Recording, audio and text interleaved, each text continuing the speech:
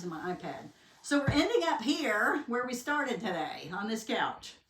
And you wanted to know, we had a topic that we wanted to talk about, especially with younger people, and that is the gallbladder. Mm-hmm. That's probably a really strange topic for some people to hear about, is the gallbladder.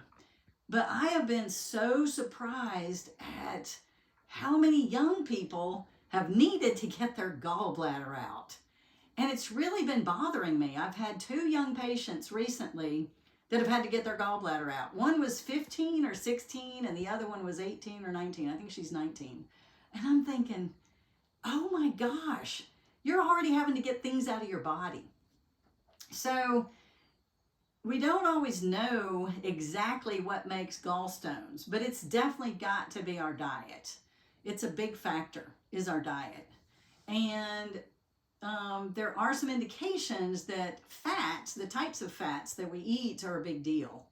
And we have young people now that have started out in their very earliest days eating foods as to keep kids quiet, little goldfish and all kinds of crackers and chips and all kinds of things and snacks all through these last 20 years or more. It's actually been a lot more than that. But in the last 20 to 40 years, we've definitely seen the trend towards a whole lot more processed foods and ultra processed foods. So we never saw people getting their gallbladders out, usually before age 40. And it used to be, they taught us in school 20 years ago, 25 years ago, it was women in their 40s who were going through menopause, who were gaining weight. They were fit, 40. They used the word fat, which I don't really like, but fit, fat, 40, and female. And and it was pretty much true, but it was also yo-yo dieting and things like that. Well, we don't see these kids typically yo-yo dieting, and they're still losing their gallbladders. And some of these kids are very thin. They are not overweight. They're female for sure. I haven't had any young men that I'm aware of lose his gallbladder in my clinic. But definitely we've had some ladies do it, and young women. And so that's just been shocking. So I know there's really spicy treats that people are buying, types of chips, I won't name any names, that are super, super hot, super, super spicy. And we looked at the ingredients list, and I couldn't read half of what was on it. It wasn't real food. So, and lots of kids are snacking on these super, super hot, spicy foods. And the ones that have gotten their gallbladder, one of them who got their gallbladder out was eating these. The other one, I thought she came from a healthy home, a healthy family who really put a lot of importance on eating healthy food, but she's 19 and had to get her gallbladder out. So I really want to work on learning why that is even more, and I really think we have the answer probably already, but I really don't know how to fix it. Do you have any questions for me, Bree, on what you think about the gallbladder and things you might want to know about it that I could answer? Well, what does the gallbladder do? Why is it important that we have one? And what happens if you have it out, especially if you're young? How can you manage that with your health? Yes. I have no idea what it's going to do to these young people in the long run because they're so young getting their gallbladder out. But the gallbladder is a little pouch. It sits right under the liver on the right side of our body. And bile comes out of the liver and is stored in the gallbladder. And so there's a common bile duct. There's a bile duct coming from the liver, a bile duct coming from the gallbladder, and a common bile duct that goes into the small intestine. And when we start to eat food, and our mouth senses how much fat is in that food, which is amazing to me, it starts a cycle to tell the stomach and the gallbladder and the liver what fat is coming down the pipes. So it releases bile as the food gets into the small intestine.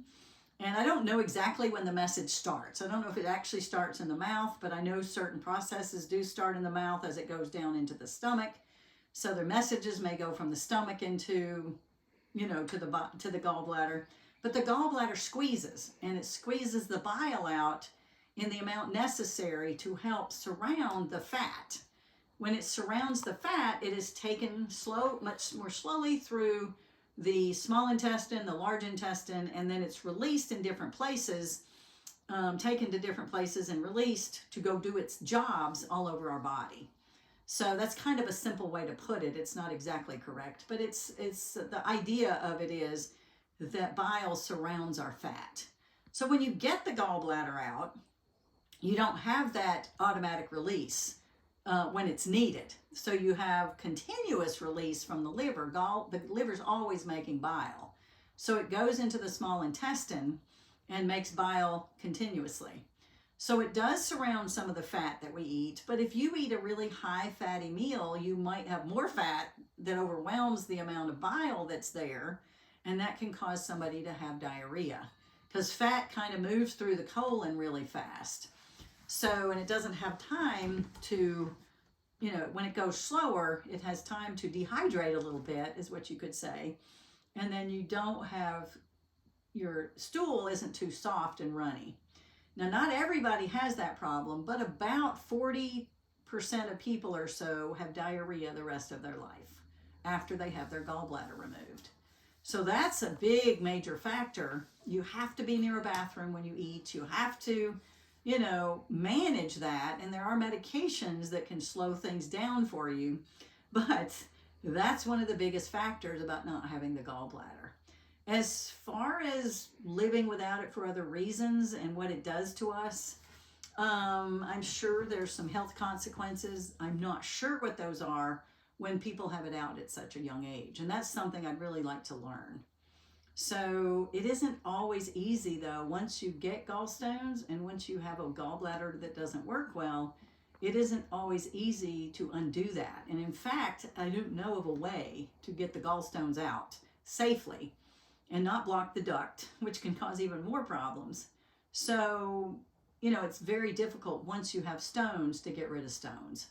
There are some things that are supposed to break it down, some different types of medications, but we rarely ever use them. I think the side effects are just too, people just don't like the side effects. So here we are, and people have to get their gallbladder out. The stones, I think, can be very painful, and they can get caught in ducts. Some of the symptoms of having gallbladder disease is nausea, diarrhea, some people can even vomit. So, but it's a lot of stomach discomfort and pain.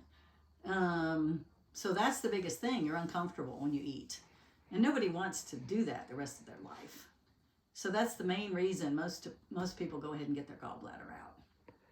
Are there things that you can do, especially, I'm a mom of 2 young ladies and a little boy.